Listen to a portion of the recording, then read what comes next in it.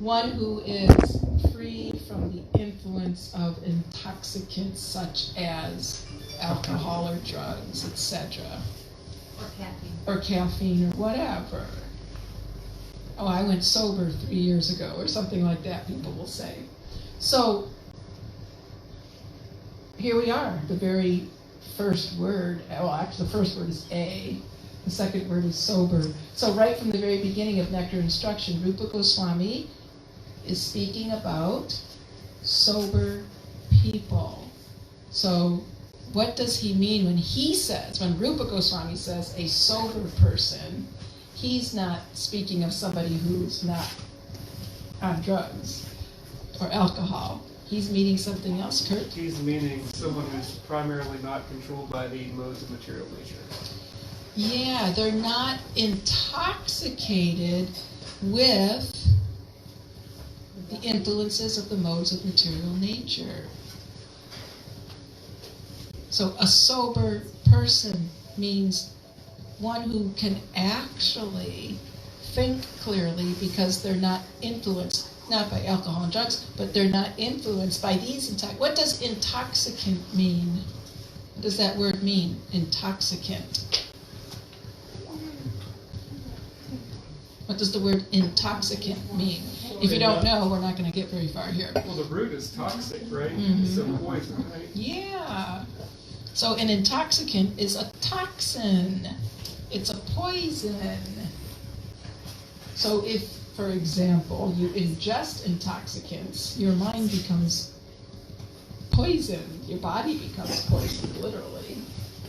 So here, when Rupa Goswami says a sober person, he's speaking of a person who's not intoxicated by the influence of the modes of material nature.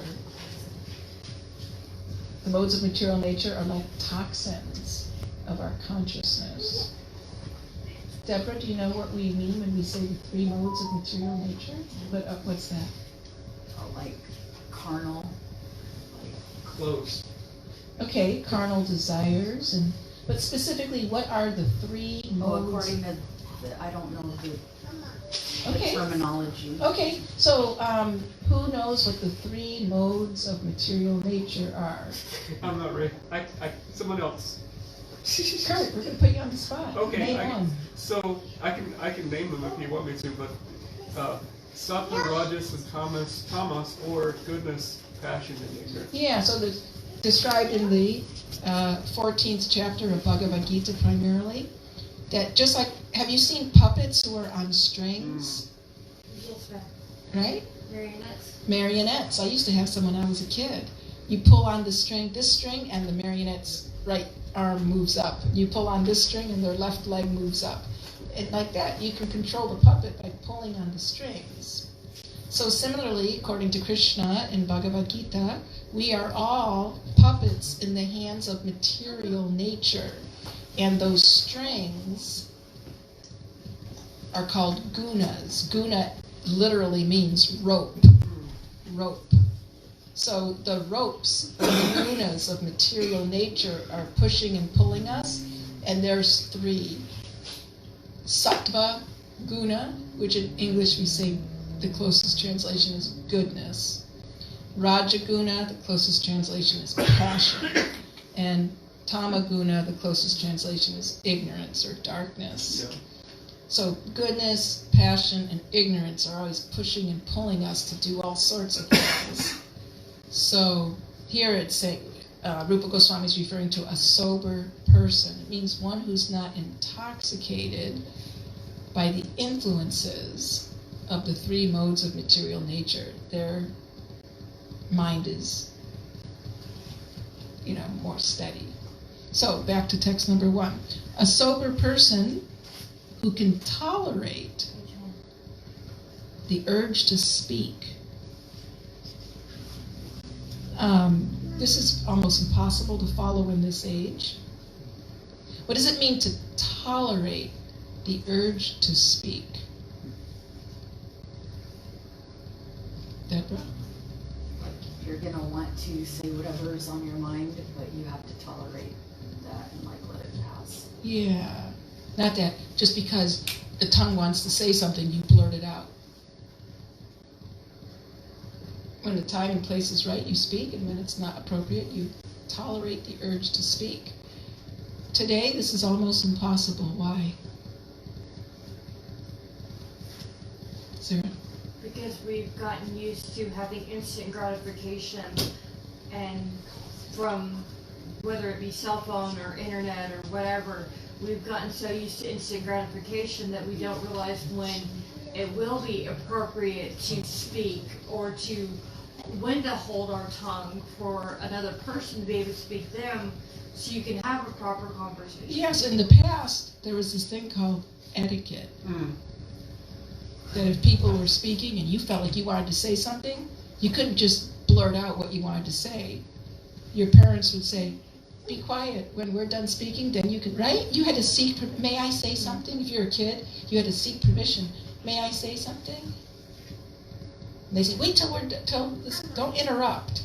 Don't interrupt. When this conversation is done, then you can speak. Speak when you're given permission to speak.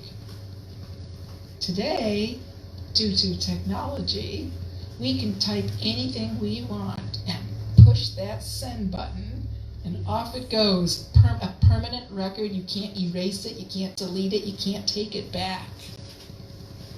You can't cover it up. It's out there. And there might be multiple copies made because it gets forwarded and blah, blah, blah, right?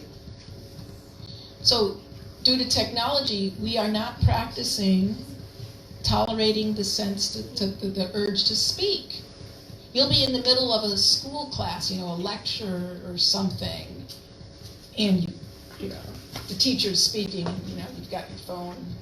Mm-hmm. The teacher can't see because it's like behind the desk, and you're like, so you've been to my class. Hit the send button, right? So we are not being taught how to tolerate the urge to speak.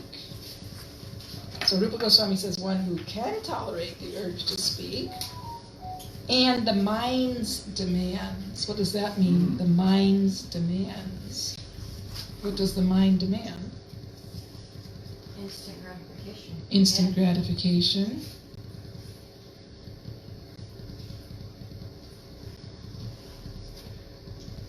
It often, at least in my case, it often demands, almost, forcibly demands to be embroiled in something that's not true or not substantial. Yeah, the mind's concocting so many things and is demanding that you pay attention to me. I'm important, right? Hey, I'm thinking this, I'm saying this, and I'm desiring this. Pay attention to me. Be my slave and, submit to me. Fulfill my desire. That's the mind. It's just demanding attention. It's demanding that you make its desires your priority. It's demanding that you identify with it. That I am the mind. So you have to tolerate the mind's demands. Tolerate the actions of anger. I want to punch that person, but I'll tolerate that.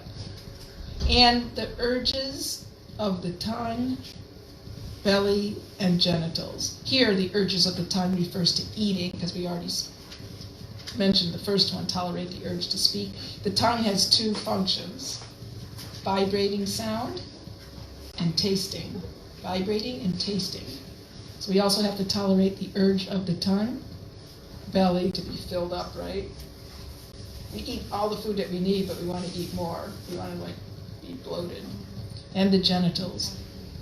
Okay, so if a person can do that, if a person can tolerate the urge to speak, the mind's demands, the actions of anger, and the urges of the tongue, belly, and genitals, then that person is qualified to make disciples all over the world.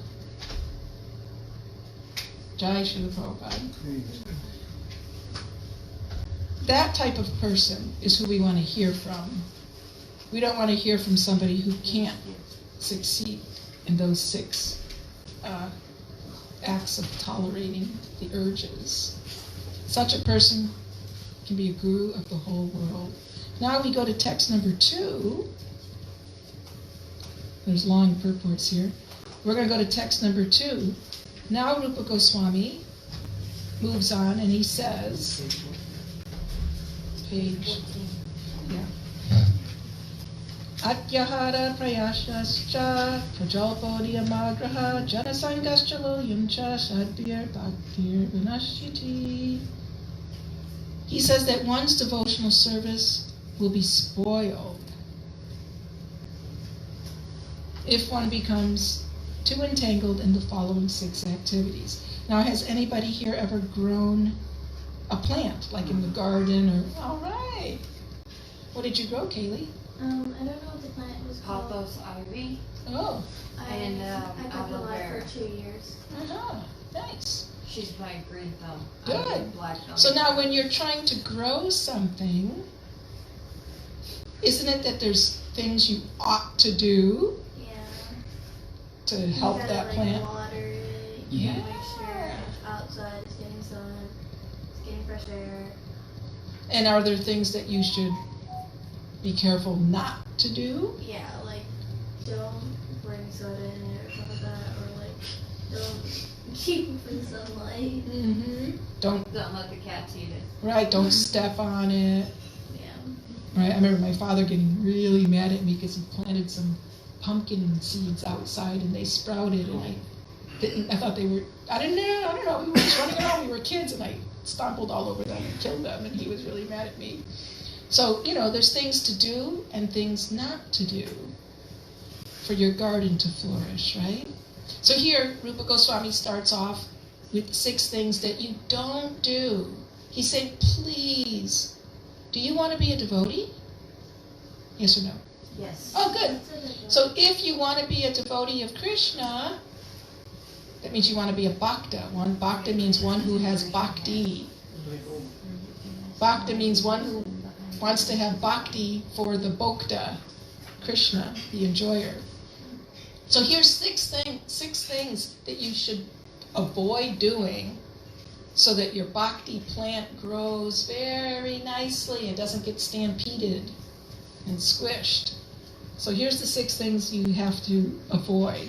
Don't eat more than necessary or collect more funds than required. In other words, hoarding. Taking shelter in having more than you need. It puts your trust in your little security blanket over here rather than having Krishna as your security blanket. It fosters greed. Because what happens if you take more than you need? Somebody else doesn't get enough. Somebody else doesn't get enough. You have this much quota and you take more than your quota. Well, that means somebody else's quota got stepped on, What else happens when you take more than you need? We tend to waste more. We tend to waste more because we take it for granted and, we can just spend money like water, as they say. Kind of waste it. Kaylee? In the future, it could be bad because they might not have enough. Mm-hmm. Anymore. Like in an environment, we see people using the resources way more than they need, and then the next generation doesn't have the resources. What else does it do? When I see that you have collected so much and I've not got much, you have this big garage filled with. Jealous. Jealousy. Yeah, envy. And then I have to start competing with you. And then I might even start thinking about how I can sneak in when you're not paying attention and steal it from you. All because somebody starts hoarding more than their quota. Then we become jealous, we become envious, we become competitive, and we actually start wars about it. Right? So Rupa Goswami says that's not good for your bhakti. You're taking more than you need, whether it's food or funds. Secondly, he says, don't over-endeavor for mundane things that are very difficult to obtain.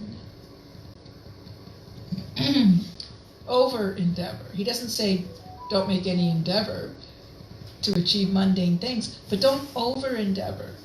to achieve mundane things that are very difficult to obtain. In other words, Prabhupada likes to say that one should just have an honest occupation, do their 6 to 8 hours a day work, and whatever fruits you get at the end of the day, whatever your salary is or whatever, that's it. Call it quits. Not that I'm going to work 12 hours a day so that I can have more. It's very difficult to achieve, say, $1 million. But if I work 15 hours a day for 30 years, I'll achieve it. Well, now that's called over-endeavoring, because a human's not meant to work more than 6 or 8 hours a day. They're supposed to have time for the family, time for their spiritual sadhana, time for their health. So don't over-endeavor, which I'm sorry to say most college students are doing, but whatever. Mm-hmm. Number 3, don't talk unnecessarily about mundane subject matters. Why? What's it to you if I talk about the sports or politics, or how is that bad for my bhakti creeper if I'm busy talking about mundane things? How is that bad for my bhakti? It will not take you away from other things. You end up spending your time and energy on things. That's a fact. For as many minutes as you're talking about mundane things, you're not talking about Krishna or things related to spiritual life. And what else? The whole urge to speak thing. There's the urge to speak. You're not controlling the urge to speak. There's a proverb that says a foolish man utters everything that he thinks. Very good. Very good. And when we talk about mundane things, what does it usually involve? The 3 modes. Materials. Yeah. Talking about other people, gossip. Right? If you're talking about politics, you're not talking about political theory.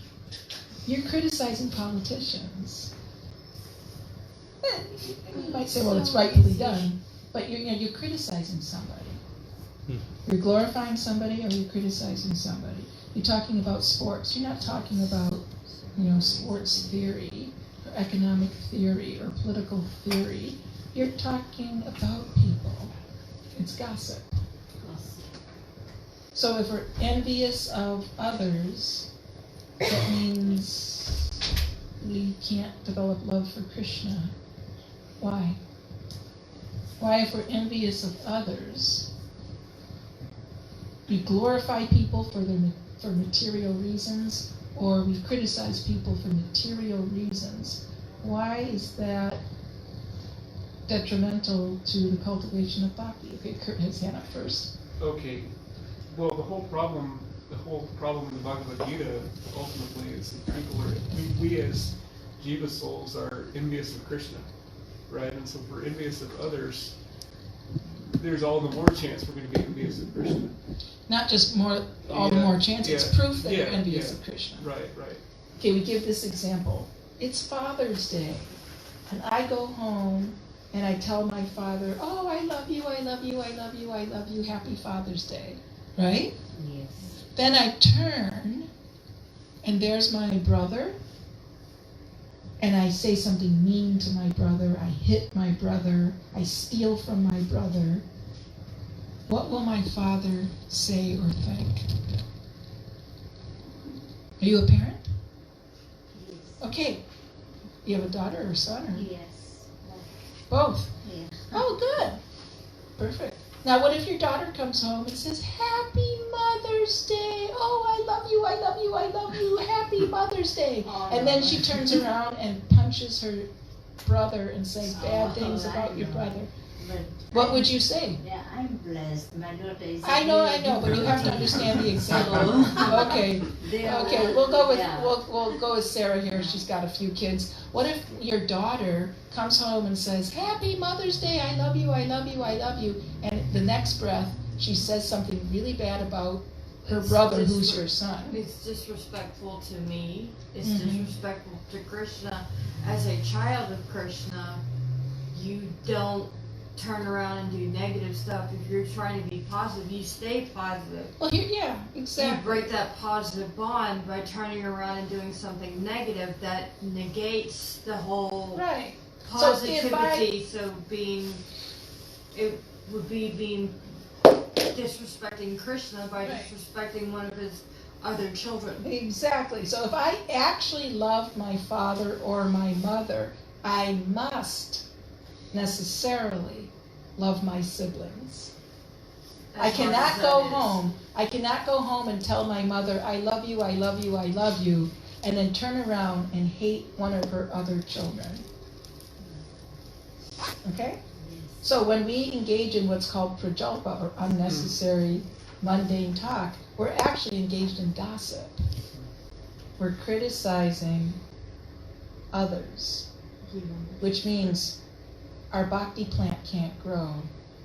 Because if we are envious of others, we're envious of Krishna.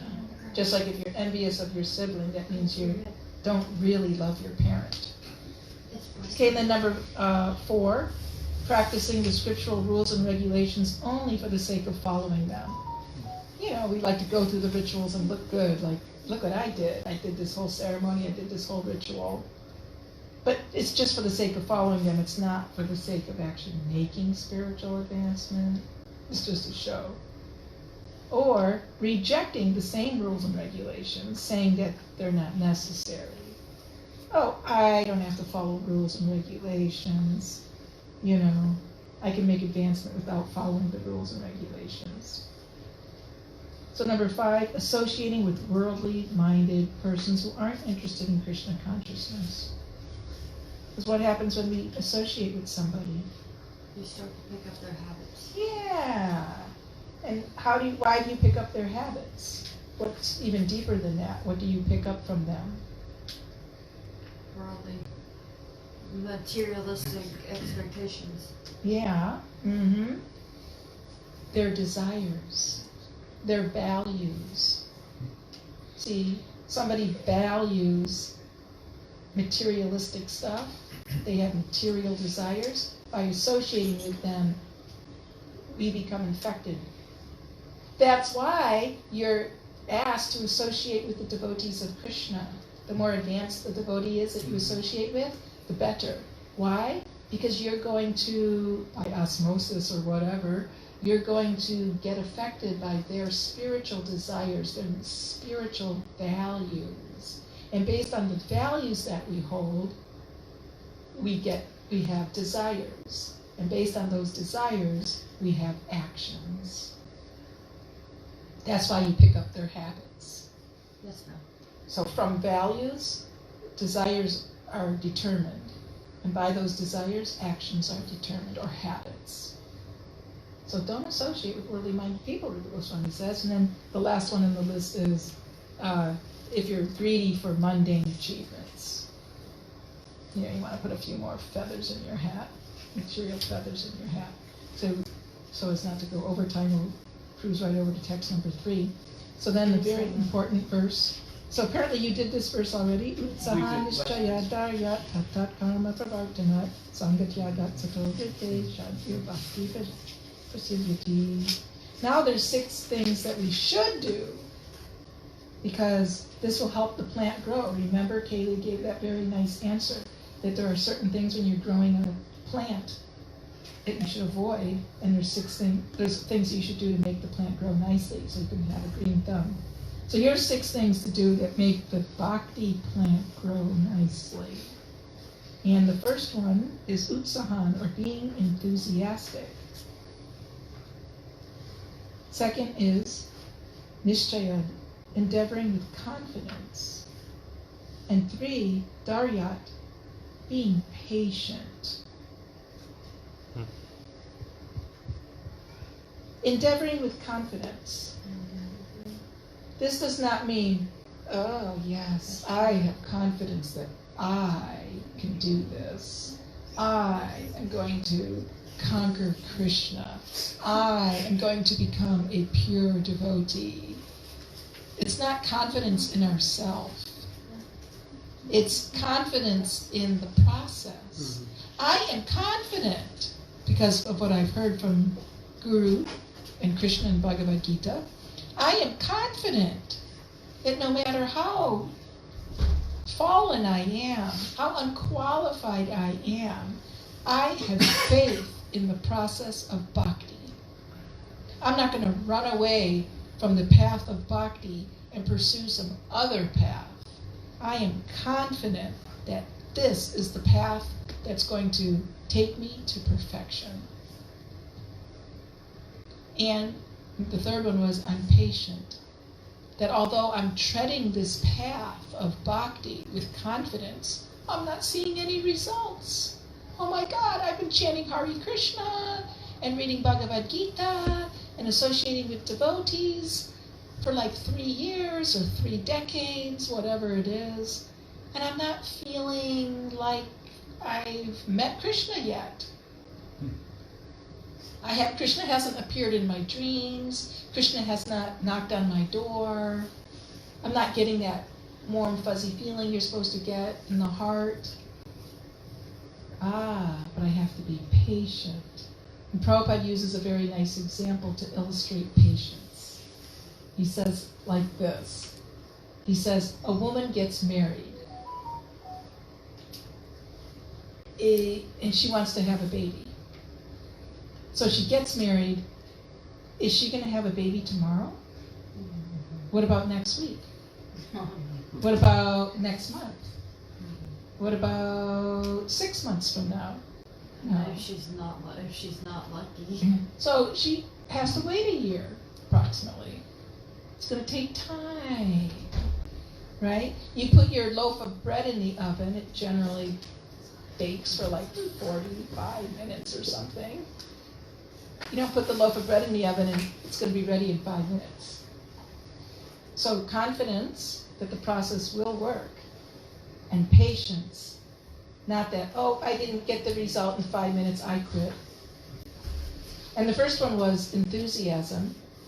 And Prabhupada says enthusiasm means using one's intelligence to work. Working with intelligence, not in the mode of passion. Not that kind of enthusiasm that we see people have that's actually just the mode of passion. And they work really hard and they burn themselves out. But working diligently with intelligence. Sarah? Slow and steady wins the race. I'm sorry? Slow and steady That's wins right. the race. That's right. Thank you. Then number 4, acting according to regular principles, and this means when we're hearing and chanting and remembering and doing the 9 processes of devotional service, there's rules and regulations on how to do it properly.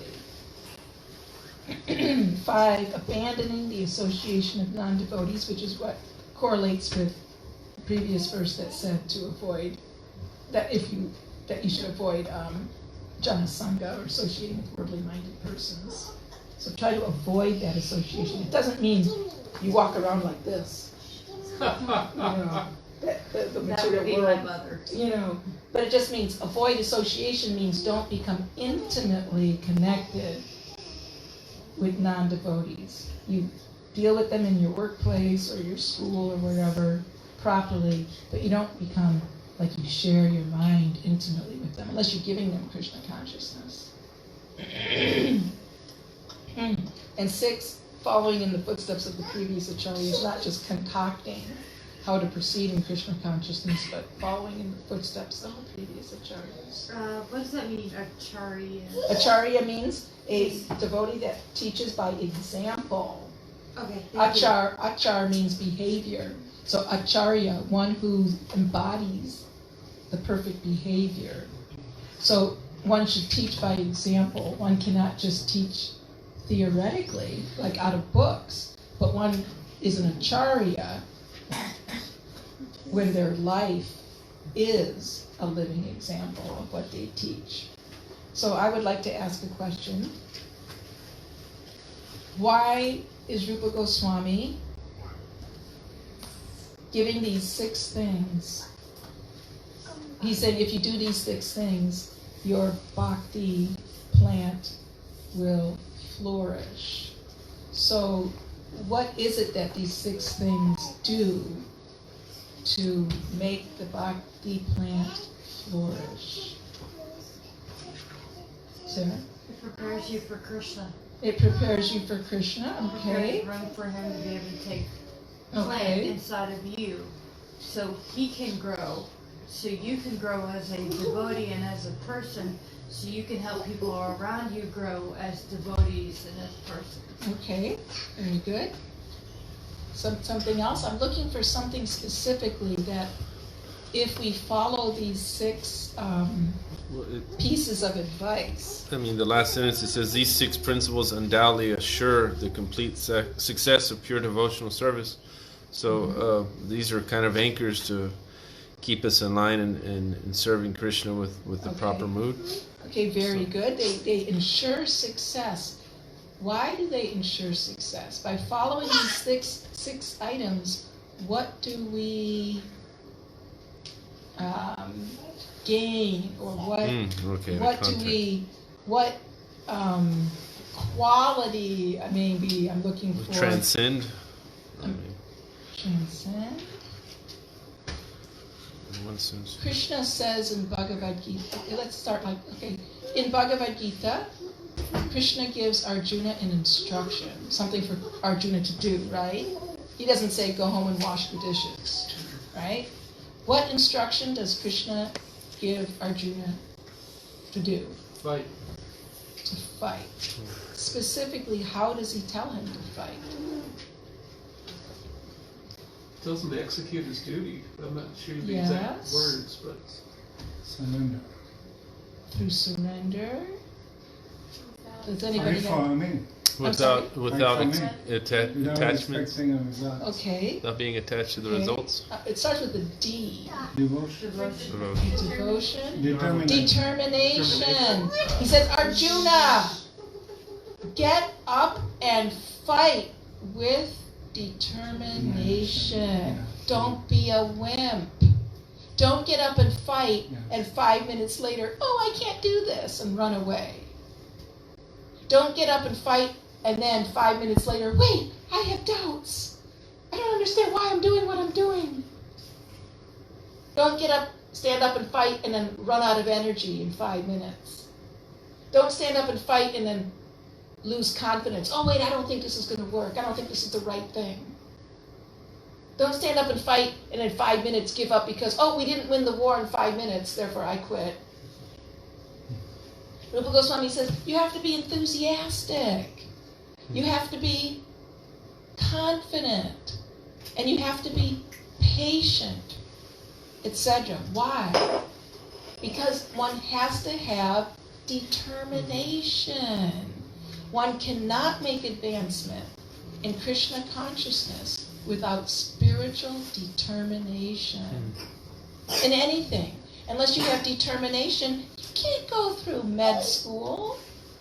4 years of med school and 4 years of residency or whatever they do, years and years. You gotta have determination to do anything material. What to speak of spiritual? So this is why there are rules and regulations in Krishna consciousness. Sometimes people ask, why did Srila Prabhupada ask us, who are his disciples and followers, why did he request us to follow these, what he would call 4 regulative principles? No illicit sex, no gambling, no intoxication, all the way down to nicotine and caffeine, and no eating of non-vegetarian food. Why did he ask that? I can, drink a couple of ounces of wine and still chant Hare Krishna. I can smoke a cigarette and still remember Krishna. It's not that puff, puff, oh, I smoked a cigarette, now all of a sudden I can't remember Krishna. Who's what? Krishna? Who's that? I can, gamble, play the lottery, play the stock market, whatever, gamble, go to Las Vegas for the weekend. I still remember all those Bhagavatam verses I memorized. Why then does Prabhupada insist that his disciples follow these regulative principles. No illicit sex, no gambling, no intoxication, and no meat eating. It gives us a platform from which we can do the devotional service. It gives us a platform from which? We can do the devotional service. And why is that? What is that It just platform? gives you What a is mode that of platform? goodness. Mode of goodness? Yes, because it's not in self, it's a devotion. It just helps your heart to get cleansed so you can invite. Very good. It itself is not devotion. Thank you for saying that. It is not bhakti itself to refrain from illicit sex, gambling, intoxication, and meat eating. It gives us a platform in the mode of goodness. It gives us determination. Other things weaken our determination. Yeah. If we give in to the urges of the tongue, belly, and genitals, if we give in to the urges of the mind, which all these four things fall under, really, when you analyze it, the intoxication, gambling, illicit sex, and meat eating, they're all the urges of the mind, tongue, belly, and genitals. If we give in to those, we will not have determination. And what kind of determination? Determination in the mode of goodness. So we'll end just by looking at 3 verses of Bhagavad Gita, chapter 18. And let's go to Bhagavad Gita, chapter 18. And there's 3 verses beginning with number 33. Krishna is describing to Arjuna that there's 3 types of determination. Why are there 3 types of determination? Why not 4 or 12 or 1 or 2? Why the number 3? Deborah. The number 3 reminds me of God. Okay. What were we discussing earlier that there are 3 of? Oh, modes. Exactly. So there's 3 modes of nature: goodness, passion, and ignorance. So many, many, many things Krishna lists in Bhagavad Gita come in 3 flavors. There's food in the different modes of nature. There's the type of work in the different modes of nature. There's faith in the different modes of nature. There's similarly determination in the 3 different modes of nature. So you can analyze yourself. You can do your own prognosis, you know. Am I infected with the mode of goodness, passion, or ignorance? Goodness is better. Hopefully. So here Krishna says, examine your heart and determine, do you have determination in the mode of goodness, passion, or ignorance? So goodness, he says, that determination which is unbreakable, not here today, gone tomorrow, or here this minute, gone the next minute, which is sustained with steadfastness by yoga practice, and which thus controls the activities, not give in to, but it controls the activities of the mind, life, and senses, is determination in the mode of goodness. Okay?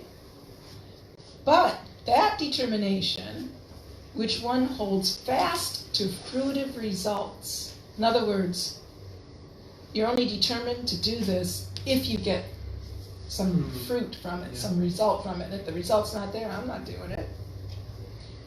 That determination which holds fast to fruitive results in religion, economic development, and sense gratification is of the nature of passion, which is doing it for results. And thirdly, that determination which cannot go beyond dreaming, fearfulness, lamentation, moroseness, and illusion. Such unintelligent determination is in the mode of darkness or ignorance.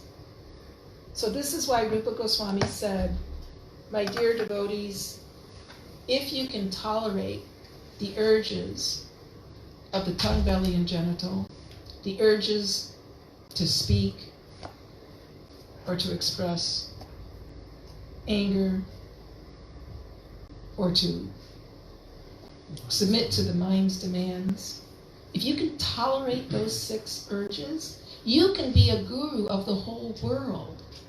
And unless and until you can do that, you can't spread Krishna consciousness. It doesn't mean you're going to be like Prabhupada, an acharya of the whole world. It means you can go out and assist Prabhupada in distributing Krishna consciousness to the world. To the extent that you can control or tolerate those 6 urges, to that extent you can be a successful instrument in the hands of our Guru Parampara in bringing Krishna consciousness to others. And to the extent that we can't tolerate those 6 urges, you can't be an instrument, at least not for very long. And so Rupa Goswami says, do you want to be one of those instruments that can tolerate these 6 things? Would you like to have the power to tolerate these 6 urges? Right now we don't have the power to tolerate these 6 urges. Would you like to have the power to tolerate these 6 urges? Anybody here? Okay, a few of us don't want to have that power. We want to remain victims of those urges. That's not good. So for those of us who would like to be able to tolerate those 6 urges, Rupa Goswami says, here's 6 things in life that you should avoid, like the plague. And here's 6 things you should add to your life, with, very strongly add. Why? Because if you avoid these 6 things and you practice these 6 things, you will have determination. Not the determination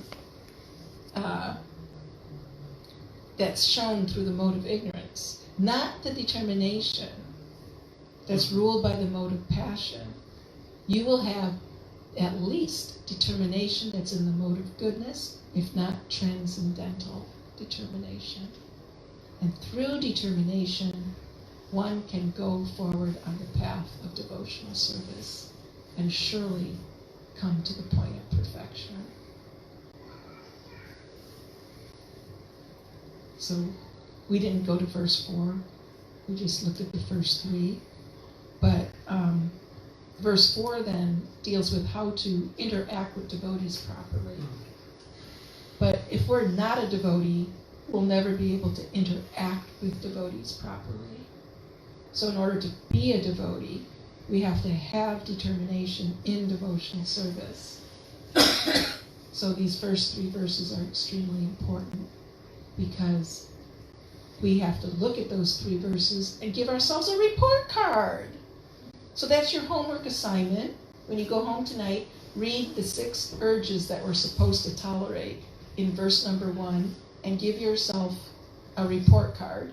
How well did I do today in tolerating those 6 individual urges? And then go to verse number 2 and make a list of the 6 things you're supposed to avoid and give yourself a report card. How well did I do today in avoiding those 6 items? And then go to verse number 3, write out those 6 items and give yourself a report card.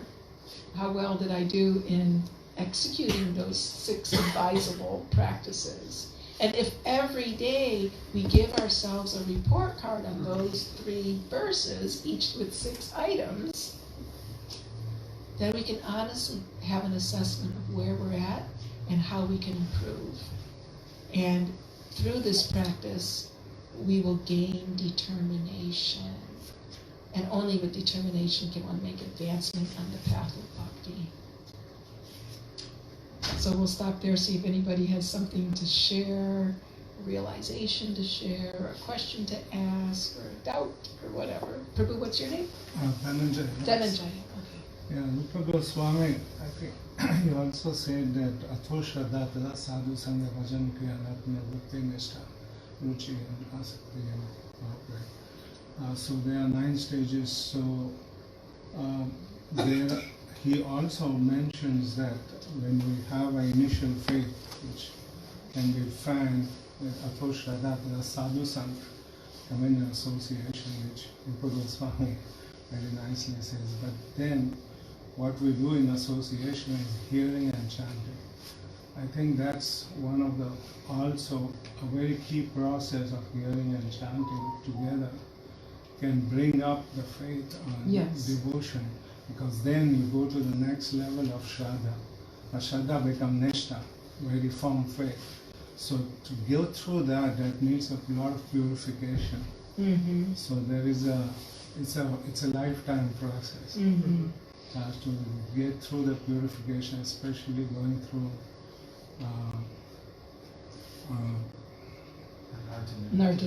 anartha nivritti, in a sense that a lot of false ego get rid of it ultimately. So that's. So you brought up a very nice point, Dhananjaya Prabhu, that association with devotees is needed to make advancement. And it's just like in the chemistry laboratory, if you're running an experiment, you put a few ingredients together, and you come back hours later and nothing's happened. And you're like, uh-oh, the reaction didn't go forward like it was supposed to. And then your teacher comes up to you, did you remember to add that teeny tiny bit of catalyst that you were supposed to add? Oh, I put 3 grams of this and 2 grams of that and 14 grams of that, but I forgot that little speck of catalyst that I was supposed to add. So now you put that little catalyst in there, and in 10 minutes, boop, the whole reaction's done. So sadhu sangha is that catalyst that takes us from step number 1 to level number 2 to level number 3 to level number 4. You don't make advancement if you don't keep devotee association. Devotee association doesn't mean, hey, let's go play golf together. You know, let's rub elbows together. We'll take a train together to Las Vegas or something. Devotee association means hearing, chanting, remembering, etc. The 9 processes of devotional service engaged in with each other, primarily hearing and chanting and sharing. So, yes, that devotee association is the catalyst. And that's why the next verse, text 4, he immediately goes to, how do you deal with devotees? How do you interact with them and behave with them and treat them? How do you have loving exchanges with them? Okay. So, thank you so much. Just to piggyback off of what Prabhu said, for me, 20 years roughly in association with devotees, patience, right? That's to me is the most difficult and challenging on a day-to-day, as you're saying, like on a day-to-day basis. And what I'm finding just in my own sadhana and my own reflection is how much in the mode of passion and in the mode of darkness that I still am. You know what I mean? Like because I find these, and I write to and this is getting to the sangha and I write my guru, and he emphasizes the gradual process, always gradual process. He quotes the Gita where Krishna says that even a little bit of advancement in this process can save one from the most dangerous type of fear. And I think that's very, very, if we keep going, if we keep doing our sadhana to the best of our ability, we're in that process. We're connected with Krishna. Another thing that he's been emphasizing recently, we're talking about the Maharaj, is Lord Chaitanya tells us in the Shikshastakam. Shikshastakam is the 8 verses that Lord Chaitanya actually wrote with his own hand. He only actually wrote personally 8 verses, and one of the primary statements that he makes is that one must be as tolerant as a tree, and the verse is longer than that, but the idea is that to chant, to constantly be in the state of mode of goodness and even transcendental goodness, so that we can chant the holy names of the Lord constantly, we have to be in a state of humility, and our society does not value that. And so for us, even for Indian-bodied people, in the world that we live in now, it's like humility. What you mean? You have to let people kick me and step on me? No, it's and this is what I'm trying to get in my consciousness right now, is that to be in a state of humility is to have the consciousness that we're eternal servants of Krishna, and so that's what and if we can keep that sort of at the forefront of our mind, or try to bring ourselves back to that, then that's going to help us with that determination. But it's just the patience. The patience. I know. Every day it's like, oh man, I got it. I'm supposed to chant what? I'm supposed to chant how much? Really? But what I'm finding is as you're saying, like even in a material endeavor, if you're supposed to write a 20-page paper, you don't just like bang that sucker out. But now, well, some people might try, but no, there's a process that you go through to complete that. Same thing with our chanting. It's even on a day-to-day basis. There's a process that we have to do. And what I'm gradually just beginning to just hammer into my consciousness is that it's sometimes it's a matter of you just do it, and eventually you'll be finished with your sadhana for that day. And some days it's going to be, my Guru Maharaj says, some days it's at 80%, some days it's at 10%. But we have to be in a state of humility or gratitude, regardless of what we're feeling or not feeling or something like that. And so all of that is so challenging. So as Prabhu said, coming to these gatherings and being in the association of more advanced devotees or devotees with whom we can open up and so on. That's so important, because otherwise we're not going to receive the mercy. And it's all about the mercy. That if there's one thing that has kept me in Krishna consciousness in the past few months, it's this idea that I've got to receive the mercy. I got to find where the mercy is, And so, if you're not associating with Krishna's devotees, it's not likely that one is going to receive Krishna's mercy, right? So, yeah. Thank you. Yeah. I wanted to share one comment too. One realization that I was just speaking with Chaitanya Chandra about. You had mentioned intelligence. I don't know if you said utilizing our intelligence. And I was thinking about this, doing our service joyfully. We should perform our service joyfully. Sometimes where Krishna puts us in a position. Wow, I'm getting a bunch of points.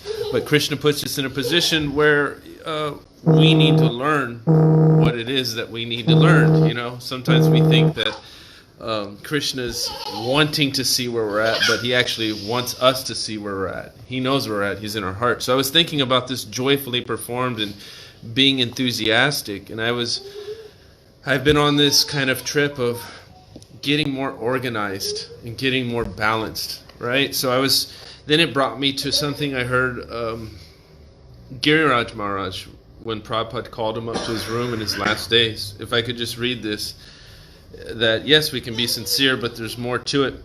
So this quick paragraph. One night in the middle of the night, when I was sleeping on the roof of the Gurukul building, one of Prabhupada's assistants came and woke me up, and immediately so many thoughts rushed through my mind. Is Prabhupada leaving? Is something wrong? What's happening? He said, Prabhupada is calling you. This is Giriraj Maharaj. So I rushed to Prabhupada's room, and then every word of Srila Prabhupada's was so full of meaning, because one never knew. One thought it might be Prabhupada's last words or last instructions. Srila Prabhupada asked me, do you think the movement will go on after I go? And I said, yes, as long as we are sincere and chant our rounds and follow the regulative principles, it will go on. And then Srila Prabhupada, with great difficulty, because he was so sick and so weak, pronounced his words, intelligence and organization.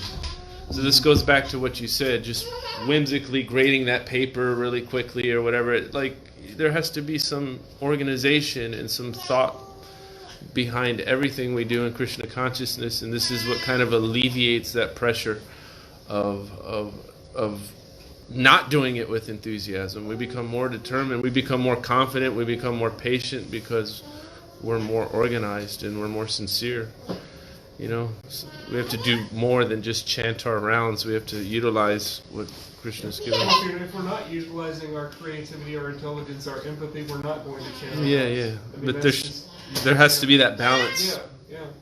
And I remember hearing Vaisheshika Prabhu say this, that something that we measure, what happens when we measure something? We improve. Like if we measure, I don't know, how many books I distributed this month, and we come up with a number, okay, 27. I distributed 27 books this month. Because you measured it, now you're like, oh, well, next month I'm going to try to do 30 books. But if you don't measure it, you don't know, did I distribute 5 books or 500 books? So you can't improve because you don't really know what you did, right? Mm-hmm. So the more we measure something, the more we can work on improving it or in an organized fashion. So again, I'll repeat that you have a homework assignment. Get a piece of paper and write out the 6 urges that we're supposed to tolerate, the 6 practices we're supposed to avoid, and the 6 practices we're supposed to execute according to the first 3 verses of Nectar of Instruction. And every day, measure yourself on those, well, it'll be 18 items, right?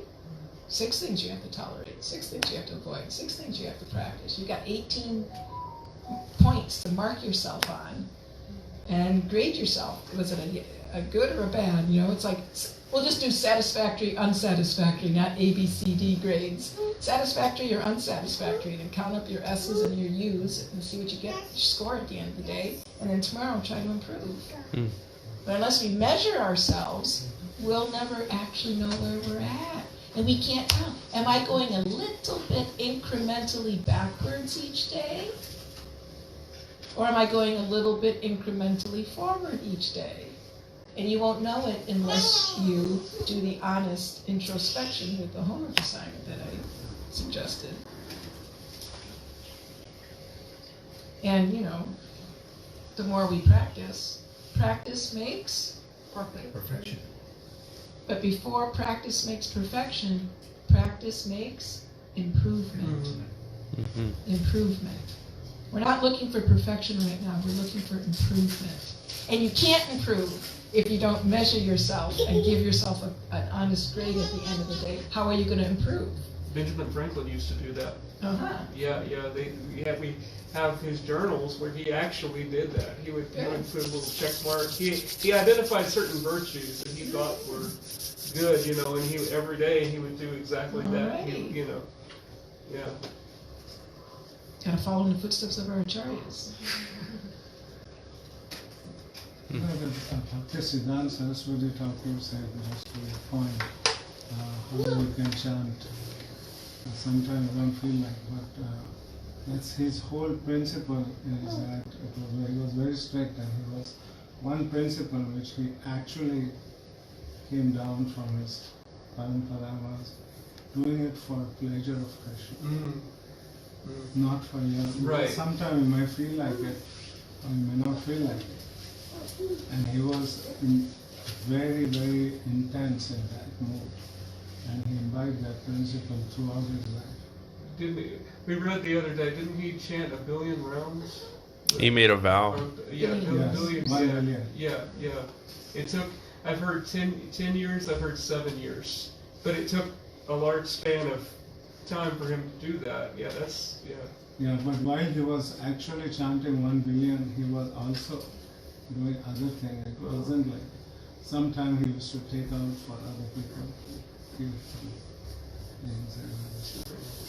we stop there? Sure. Okay, we're going to stop there. Srila Rupa Goswami ki jai, Shri Nectar of Devotion, or Nectar of Instruction ki jai, Srila Prabhupada ki jai, Gaura Bhakta Vrinda ki jai.